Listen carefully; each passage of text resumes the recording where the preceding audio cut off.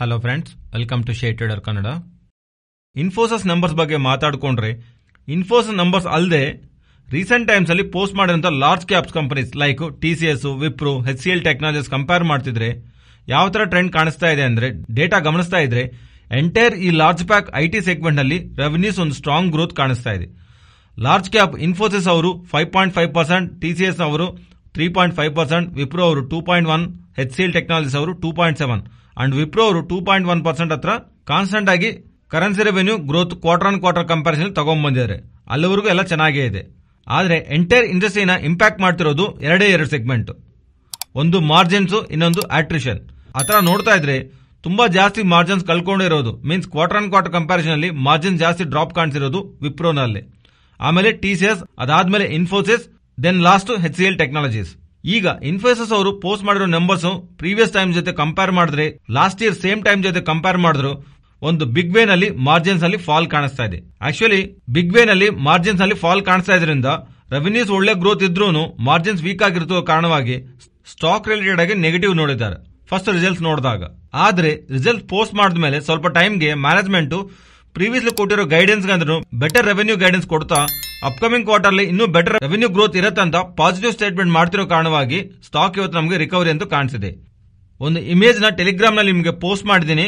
Large cap, mid cap, small caps ಅಲ್ಲಿ IT companies, but ಅದರ revenues and profit year on year ಅಲ್ಲಿ and quarter on quarter ನಲ್ಲಿ ಯಾವ ತರ growth ಆಗಿದೆ ಅಂಡ್ ಯಾವ ತರ ಫಾಲ್ ಆಗಿದೆ ಅನ್ನೋ ಪರ್ಸೆಂಟೇಜ್, ಅದರ price to earnings and price to book and recent highs ಇಂದ ಎಷ್ಟು % ಕರೆಕ್ಟ್ ಆಗಿದೆ, entire data IT segment related ಆಗಿ ಆ ಡೇಟಾ ನಿಮಗೆ ಆ ಇಮೇಜ್ ಅಲ್ಲಿ ಕಾಣಿಸುತ್ತೆ. ಸೊ ಆ ಇಮೇಜ್ ನೀವು ಟೆಲಿಗ್ರಾಮ್ ಅಲ್ಲಿ ನೋಡಬಹುದು. ನೀವೇನಾದ್ರೂ ಟೆಲಿಗ್ರಾಮ್ ಅಲ್ಲಿ ಇಲ್ಲ ಅಂದ್ರೆ ಟೆಲಿಗ್ರಾಮ್ ಆಪ್ ಇನ್ಸ್ಟಾಲ್ ಮಾಡಿಕೊಂಡು ಶೇರ್ ಟ್ರೇಡರ್ ಕನ್ನಡ ಅಂತ ಗ್ರೂಪ್ ಅಲ್ಲಿ ಸರ್ಚ್ ಮಾಡಿದ್ರೆ ನಮ್ಮ ಗ್ರೂಪ್ ಕಾಣಿಸುತ್ತೆ. ಆ ಗ್ರೂಪ್ ಅಲ್ಲಿ ಜಾಯ್ನ್ ಆಗೋ ಮೂಲಕ ಈ ಇಮೇಜ್ ನೋಡಬಹುದು.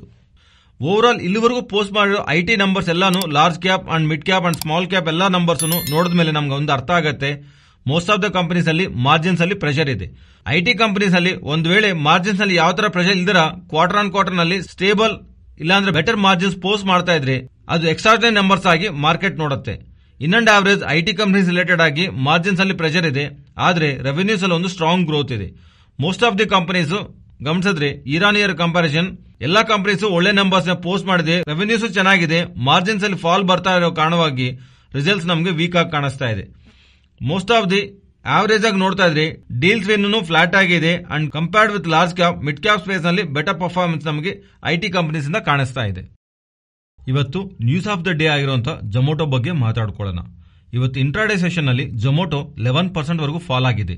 ಈ ಫಾಲ್ಗೆ ರೀಸನ್ ಈ ಕಂಪನಿನಲ್ಲಿ IPO ಮುಂಚೆ ಇನ್ವೆಸ್ಟ್ ಮಾಡಿರೋ ಇನ್ವೆಸ್ಟರ್ಸ್ ಆಗಿರಬಹುದು, ಮೀನ್ಸ್ ಇನ್ಸ್ಟಿಟ್ಯೂಷನಲ್ ಇನ್ವೆಸ್ಟರ್ಸ್ ಆಗಿರಬಹುದು, ಪ್ರಮೋಟರ್ಸ್ ಆಗಿರಬಹುದು, ಇವನ್ ಎಂಪ್ಲಾಯೀಸ್ ಯಾರಾದ್ರೆ IPO ಮುಂಚೆ ಈ ಕಂಪನಿನಲ್ಲಿ ಅವ್ರ ಪಾಲ್ ಹೋಲ್ಡ್ ಮಾಡ್ತಿದ್ದಾರಲ್ವಾ, ಅವ್ರಿಗೆ 1 year ಲಾಕ್ ಇನ್ ಪೀರಿಯಡ್ ಇರುತ್ತೆ.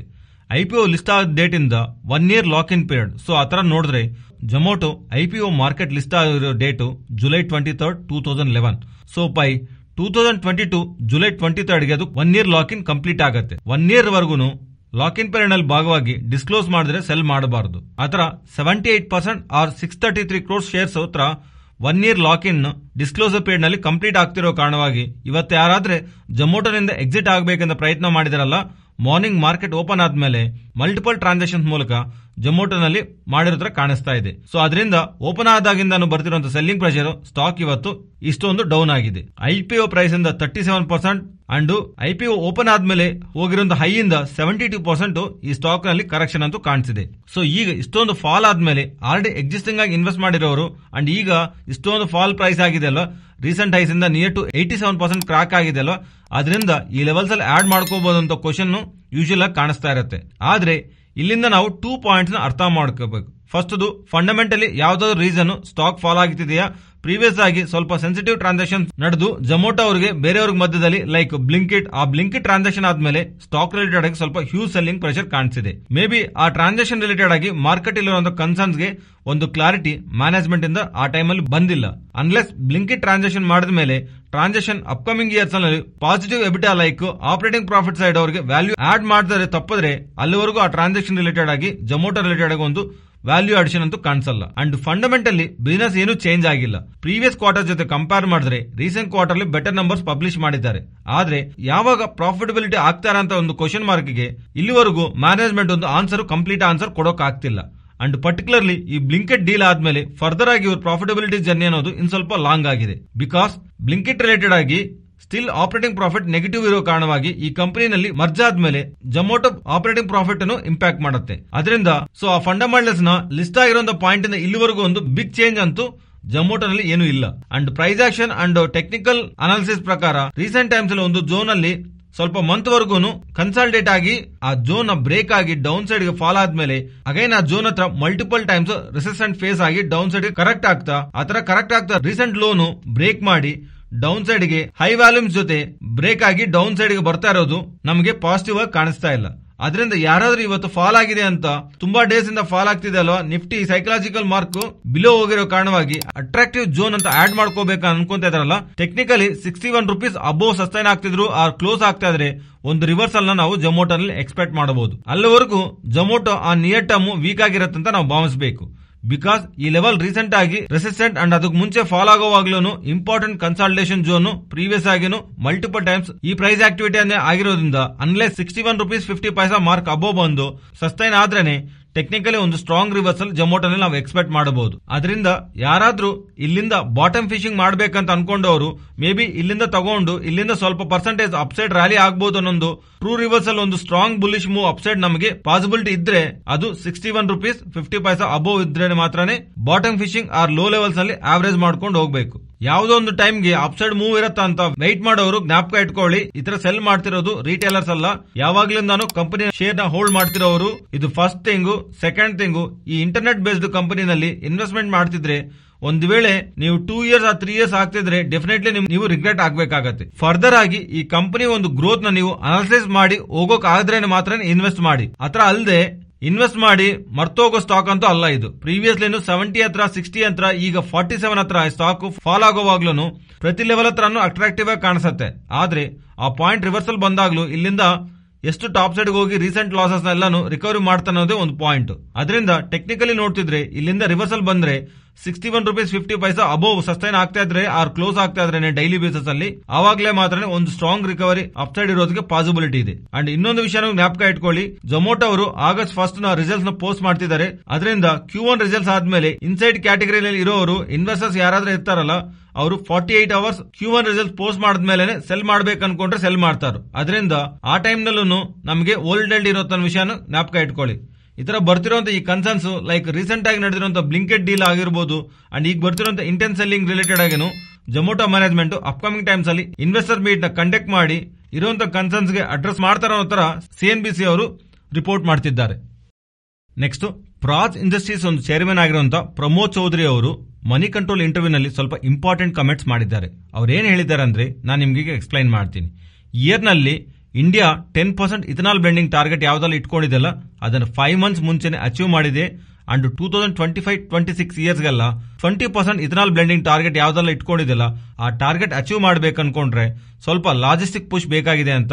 ಅದೇನಾದ್ರೂ ಸಿಕ್ಕಿದ್ರೆ ಈ 20% ಇಥನಾಲ್ ಬ್ಲೆಂಡಿಂಗ್ ಟಾರ್ಗೆಟ್ ನಾವು ಈಸಿಯಾಗಿ ರೀಚ್ ಆಗಬಹುದು ಅಂತ ಹೇಳ್ತಿದ್ದಾರೆ. ಅದಲ್ಲದೆ ಇಲ್ಲಿವರೆಗೂ ಎಲೆಕ್ಟ್ರಿಕ್ ವೆಹಿಕಲ್ಸ್ ರಿಲೇಟೆಡ್ ಆಗಿ ಜಾಸ್ತಿ ಡಿಸ್ಕಷನ್ ನಡೀತಿದೆ ಅಲ್ವಾ. ಸೊ ಈ ಎಲೆಕ್ಟ್ರಿಕ್ ವೆಹಿಕಲ್ಸ್ ಬರೆದಿರೋ ಕಾರಣವಾಗಿ ಕಂಬನ್ಷನ್ ಇಂಜನ್ ಮೇಲೆ ಅದರ ಎಫೆಕ್ಟ್ ಜಾಸ್ತಿ ಇರುತ್ತಾ ಅಂತ ಕೇಳಿದ ಕ್ವಶನ್ಗೆ ಜಾಸ್ತಿ ಇರುತ್ತಾ ಅಂತ ಮನಿ ಕಂಟ್ರೋಲ್ ಅವರು ಕೇಳಿರುವಂತ ಕ್ವಶನ್ಗೆ ಅವ್ರು ಏನ್ ಹೇಳ್ತಿದ್ದಾರೆ ಅಂದ್ರೆ ಎಲೆಕ್ಟ್ರಿಕ್ ವೆಹಿಕಲ್ಸ್ ಒಂದು ಬ್ಯಾಟರಿ ನಾವು ಚಾರ್ಜ್ ಮಾಡಬೇಕಂದ್ರೆ ಅದನ್ನು ಸಪರೇಟ್ ಆಗಿ ನಾವು ಚಾರ್ಜ್ ಮಾಡಬೇಕಾಗತ್ತೆ. ವೆರಾಸ್ ಕಂಬನ್ಷನ್ ಇಂಜನ್ ವೆಹಿಕಲ್ಸ್ ಯಾವ್ದಲ್ಲ ಇರುತ್ತಲ್ಲ ಆ ವೆಹಿಕಲ್ಸ್ ರನ್ನಿಂಗ್ ನಲ್ಲೇನೆ ಬ್ಯಾಟರಿ ಈಸಿಯಾಗಿ ಚಾರ್ಜ್ ಆಗೋಗುತ್ತೆ. ಅದರಿಂದ ಹೈಬ್ರಿಡ್ ಸಿಸ್ಟಮ್ ಜೊತೆ ವೆಹಿಕಲ್ಸ್ ಬಂದ್ರೆ ಅದು ಇನ್ನೂ ಜಾಸ್ತಿ ಸಕ್ಸಸ್ ಆಗುತ್ತೆ ಅಂತ ಅವ್ರು ಕಮೆಂಟ್ ಮಾಡ್ತಿದ್ದಾರೆ. ಸೊ ಇದರಿಂದ ಅವ್ರು ಏನ್ ಹೇಳ್ತಿದ್ದಾರೆ ಅಂದ್ರೆ ಎಲೆಕ್ಟ್ರಿಕ್ ವೆಹಿಕಲ್ಸ್ ಬಂದಿರೋ ಕಾರಣವಾಗಿ ಇಥನಾಲ್ ಒಂದು ಡಿಮ್ಯಾಂಡ್ ಕಮ್ಮಿ ಆಗಲ್ಲ ಅಂತ ಅವ್ರ ಸ್ಟೇಟ್ಮೆಂಟ್ ಮೂಲಕ ಹೇಳ್ತಿದ್ದಾರೆ. ಅಂಡ್ ನೆಕ್ಸ್ಟ್, ಏವಿಯೇಷನ್ ಇಂಡಸ್ಟ್ರಿ ನೋಡಿದ್ರೆ ಪ್ರೆಸೆಂಟ್ ಹೈ ಕಾರ್ಬನ್ ಪ್ರೊಡ್ಯೂಸ್ ಮಾಡ್ತಿದೆಯಲ್ಲ ಅದನ್ನು ಕಮ್ಮಿ ಮಾಡೋದಕ್ಕೆ ಆ ಸೆಕ್ಟರ್ ನಲ್ಲೂ ಬ್ಲೆಂಡೆಡ್ ಫ್ಯೂಯಲ್ ಒಂದು ಯೂಸ್ ರಿಕ್ವೈರ್ಮೆಂಟ್ ಇದೆ ಅಂತ ಅದಕ್ಕೋಸ್ಕರ ಇವರು ಬಯೋ ಮೊಬಿಲಿಟಿ ಪ್ಲಾಟ್ಫಾರ್ಮ್ ಲಾಂಚ್ ಮಾಡಿರೋ ತರ ಇವರು ಇಂಡಿಯನ್ ಆಯಿಲ್ ಕಾರ್ಪೊರೇಷನ್ ಜೊತೆ ಸೈನ್ ಮಾಡಿರೋ ತರ ಹೇಳ್ತಿದ್ದಾರೆ. ಅಂಡ್ ಅದಲ್ಲದೆ ಇವರು ಮೆರೈನ್ ಫ್ಯೂಯಲ್ಸ್ ಮೇಲೂ ವರ್ಕ್ ಮಾಡ್ತಿರೋ ತರ ಇವರು ಮೆನ್ಷನ್ ಮಾಡ್ತಿದ್ದಾರೆ. ಅಂಡ್ ಇವರ ಬಯೋಕೆಮಿಕಲ್ ಸೆಗ್ಮೆಂಟ್ ಮೇಲೆ ಇವರು ಕಮೆಂಟ್ ಮಾಡ್ತಾ ಈ ಬಯೋಕೆಮಿಕಲ್ ಸೆಗ್ಮೆಂಟ್ ಮೇಲೆ ಇವರು ಅಗ್ರೆಸಿವ್ ಆಗಿ ವರ್ಕ್ ಮಾಡ್ತಿರೋ ತರ ಅಂಡ್ ಈ ಬಯೋಕೆಮಿಕಲ್ ರೂಟ್ ನಲ್ಲಿ ಇವರು ಕನ್ವೆನ್ಷನಲ್ ಪ್ಲಾಸ್ಟಿಕ್ ನ ರಿಪ್ಲೇಸ್ ಮಾಡೋದಕ್ಕೆ ಮಾಲಿಕ್ಯೂಲ್ಸ್ ಡೆವಲಪ್ ಮಾಡಿರೋ ತರ ಹೇಳ್ತಿದ್ದಾರೆ. ಅಂಡ್ ಈ ಪ್ರಾಜೆಕ್ಟ್ ಯಾವ್ದೆಲ್ಲ ಇದೆಯಲ್ಲ ಇದು ಪೈಲಟ್ ಪ್ರಾಜೆಕ್ಟ್ ಪ್ರೆಸೆಂಟ್ ರನ್ ಆಗ್ತಿದೆ ಅಂಡ್ ಇದು ಕಮರ್ಷಿಯಲ್ ಆಕ್ಟಿವ್ ಸ್ಟೇಜ್ ಬರೋದಕ್ಕೆ ಅನದರ್ 2 ಇಯರ್ಸ್ ಆಗತ್ತೆ ಅಂತ ಇವರು ಕಮೆಂಟ್ ಮಾಡ್ತಿದ್ದಾರೆ. ಅಂಡ್ ಇವರು ಗ್ರೋತ್ ಬಗ್ಗೆ ಕೇಳಿರೋ ಕ್ವಶನ್ಗೆ ಇವರು ಕಮೆಂಟ್ ಮಾಡ್ತಾ ಫೈನಾನ್ಷಿಯಲ್ ಇಯರ್ 20 ಮೊದಲು ಇವರು 20% ಗ್ರೋತ್ ಆಗಿದ್ವಿ ಅಂತ, ಅಂಡ್ ಫೈನಾನ್ಷಿಯಲ್ ಇಯರ್ 22 ನಲ್ಲಿ ಇವರು 70% ಗ್ರೋತ್ ಆಗಿರೋ ತರ. ಅದಲ್ಲದೆ present energy transaction and climate action related ಆಗಿನೂ ಕಂಟ್ರೀಸ್ ತಗೊಂತಾರಂತ ಸ್ಟೆಪ್ಸ್ ಮೂಲಕ ಇವರು ಫ್ಯೂಚರ್ ನಲ್ಲಿ 30-40% ಮೂಲಕ ಗ್ರೋ ಆಗ್ತೀವಿ ಅಂತ ಕಾನ್ಫಿಡೆಂಟ್ ಆಗಿರೋ ತರ ಇವರು ಕಮೆಂಟ್ ಮಾಡ್ತಿದ್ದಾರೆ. ನೆಕ್ಸ್ಟ್ ಟಾಟಾ ಮೋಟರ್ಸ್ ಬಗ್ಗೆ ಮಾತಾಡ್ಕೋಬೇಕು. ಟಾಟಾ ಮೋಟರ್ಸ್ ರಿಲೇಟೆಡ್ ಆಗಿ ಲಾಸ್ಟ್ 2 ಡೇಸ್ ಇಂದ ಬರ್ತಿರೋ ಅಪ್ಡೇಟ್ಸ್, ಟಾಟಾ ಮೋಟರ್ಸ್ ಅವರಿಗೆ ಡಿಟಿಸಿ ಹತ್ರದಿಂದ, ಡಿಟಿಸಿ ಅಂದ್ರೆ ಡೆಲ್ಲಿ ಟ್ರಾನ್ಸ್ಪೋರ್ಟ್ ಕಾರ್ಪೊರೇಷನ್ ಅವರಿಂದ ಟಾಟಾ ಮೋಟರ್ಸ್ ಅವರಿಗೆ 1500 ಎಲೆಕ್ಟ್ರಿಕ್ ವೆಹಿಕಲ್ಸ್ ಬಸಸ್ ಆರ್ಡರ್ ಸಿಕ್ಕಿರೋ ತರ. ಇದು ಕೇವಲ ಬಸಸ್ ನ ಸಪ್ಲೈ ಮಾಡೋದೇ ಅಲ್ಲ, supply operated and even maintenance ಅನ್ನು ನೆಕ್ಸ್ಟ್ 12 ಇಯರ್ಸ್ ಇವರು ಮಾಡೋ ತರ ಟಾಟಾ ಮೋಟರ್ಸ್ ಅವರು ಅಪ್ಡೇಟ್ ಮಾಡ್ತಿದ್ದಾರೆ. ಆಲ್ರೆಡಿ ಟಾಟಾ ಮೋಟರ್ಸ್ ಅವರು ನಿಯರ್ ಟು 650 ಎಲೆಕ್ಟ್ರಿಕ್ ಬಸಸ್ ನ ಸಪ್ಲೈ ಮಾಡಿದಾರಂತ. ಇನ್ನು ಈ ಸೆಗ್ಮೆಂಟ್ ಅಲ್ಲಿ ಫರ್ದರ್ ಆಗಿ ಇನ್ನೋವೇಷನ್ ಮಾಡ್ತಾ ಸೆಗ್ಮೆಂಟ್ ನ ಮುಂದೆ ತಗೊಂಡು ಹೋಗ್ತೀವಿ ಅನ್ನೋ ತರ ಈ ಬಸಸ್ ಒಂದು ಪ್ರಾಡಕ್ಟ್ ಲೈನ್ ಸೆಗ್ಮೆಂಟ್ ಸಂಬಂಧಿಸಿರುವ ವೈಸ್ ಪ್ರೆಸಿಡೆಂಟ್ ಆಗಿರುವಂತ ರೋಹಿತ್ ಶ್ರೀವಾತ್ಸವ ಅವರು ಅಪ್ಡೇಟ್ ಮಾಡ್ತಿದ್ದಾರೆ. ಈ ತರ ಇದ್ರೆ ಗ್ಲೋಬಲ್ ಆಗಿರುವಂತಹ ಸೆಮಿ ಕಂಡಕ್ಟರ್ಸ್ ಒಂದು ಪ್ರೈಸ್ ಅನ್ನು ಡ್ರಾಪ್ ಆಗ್ತಿದೆ ಅವರ ಕಾರಣವಾಗಿ. ಯೂಶುವಲ್ ಆಗಿ ಪ್ರೈಸ್ ಡ್ರಾಪ್ ಆಗಿ ಯಾವುದೇ ಒಂದು ಪ್ರಾಡಕ್ಟ್ ಒಂದು ಕಮಾಡಿಟಿಗೆ ಇದರ ಸಪ್ಲೈ ಆದ್ರೂ ಜಾಸ್ತಿ ಆಗಿರಬೇಕು, ಇಲ್ಲ ಅಂದ್ರೆ ಡಿಮ್ಯಾಂಡ್ ಅಂತೂ ಕಮ್ಮಿ ಇರಬೇಕು. ಆದ್ರೆ ಈಗ ನಾವು ಗಮನಿಸ್ತಾ ಇದೀವಲ್ಲ ರೀಸೆಂಟ್ ಡೇಸ್ ಅಲ್ಲಿ ಆಟೋ ಸೆಕ್ಟರ್ ರಿಲೇಟೆಡ್ ಆಗಿ ಯಾವ ತರ ಡಿಮ್ಯಾಂಡ್ ಇದೆ ಅಂತ. ಸೊ ಆ ಡಿಮ್ಯಾಂಡ್ ಇಲ್ಲಿವರೆಗೂ ಡ್ರಾಪ್ ಏನಿಲ್ಲ. ಅದರಿಂದ ಸಪ್ಲೈ ರಿಲೇಟೆಡ್ ಆಗಿ ಪ್ರೀವಿಯಸ್ಲಿ ಆಗಿರುವಂತ ಕನ್ಸರ್ನ್ಸ್ ಯಾವ್ದೆಲ್ಲ ಇದೆಲ್ಲ ಸೆಮಿ ಕಂಡಕ್ಟರ್ಸ್ ಒಂದು ಶಾರ್ಟೇಜ್ ಮೀನ್ಸ್ ಈ ಚಿಪ್ ಒಂದು ಶಾರ್ಟೇಜ್ ಇದೆಲ್ಲ, ಅದರ ಕಾರಣವಾಗಿ ಆಟೋ ಇಂಡಸ್ಟ್ರಿ ಇಂಪ್ಯಾಕ್ಟ್ ಆಗತ್ತಂತ ನೆಗೆಟಿವ್ ಅಪ್ಡೇಟ್ಸ್ ಅಂತೂ ನಮಗೆ ಕಂಪನೀಸ್ ಅಂತ ಕೇಳ್ತಾನೆ ಇದ್ವಿ.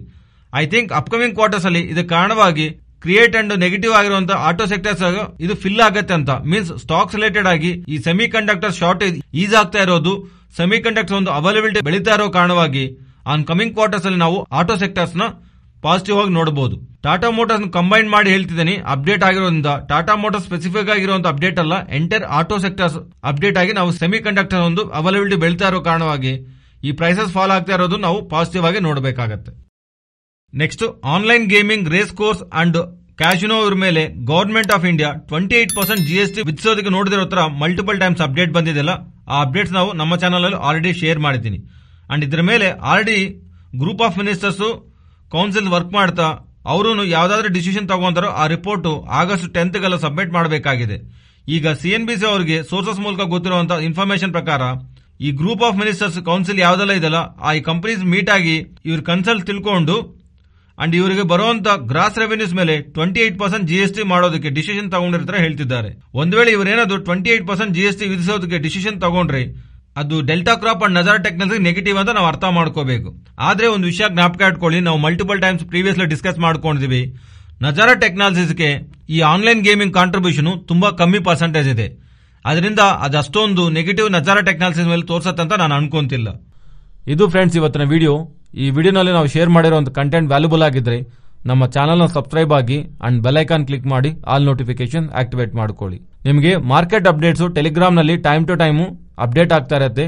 ಸೊ ನೀವೇನಾದ್ರೂ ಟೆಲಿಗ್ರಾಮ್ ಇಲ್ಲ ಅಂದ್ರೆ ಟೆಲಿಗ್ರಾಮ್ ಆಪ್ ಇನ್ಸ್ಟಾಲ್ ಮಾಡಿಕೊಂಡು ಶೇರ್ ಟ್ರೇಡ್ ಕನ್ನಡ ಅಂತ ಗ್ರೂಪ್ ಸರ್ಚ್ ಮಾಡಿದ್ರೆ ನಮ್ಮ ಗ್ರೂಪ್ ಕಾಣಿಸುತ್ತೆ. ನಮ್ಮ ಗ್ರೂಪ್ ಅಲ್ಲಿ ಜಾಯ್ನ್ ಆಗೋ ಮೂಲಕ ನಿಮ್ಗೆ ಟೈಮ್ ಟು ಟೈಮ್ ಅಪ್ಡೇಟ್ ಸಿಗತ್ತೆ. Thank you.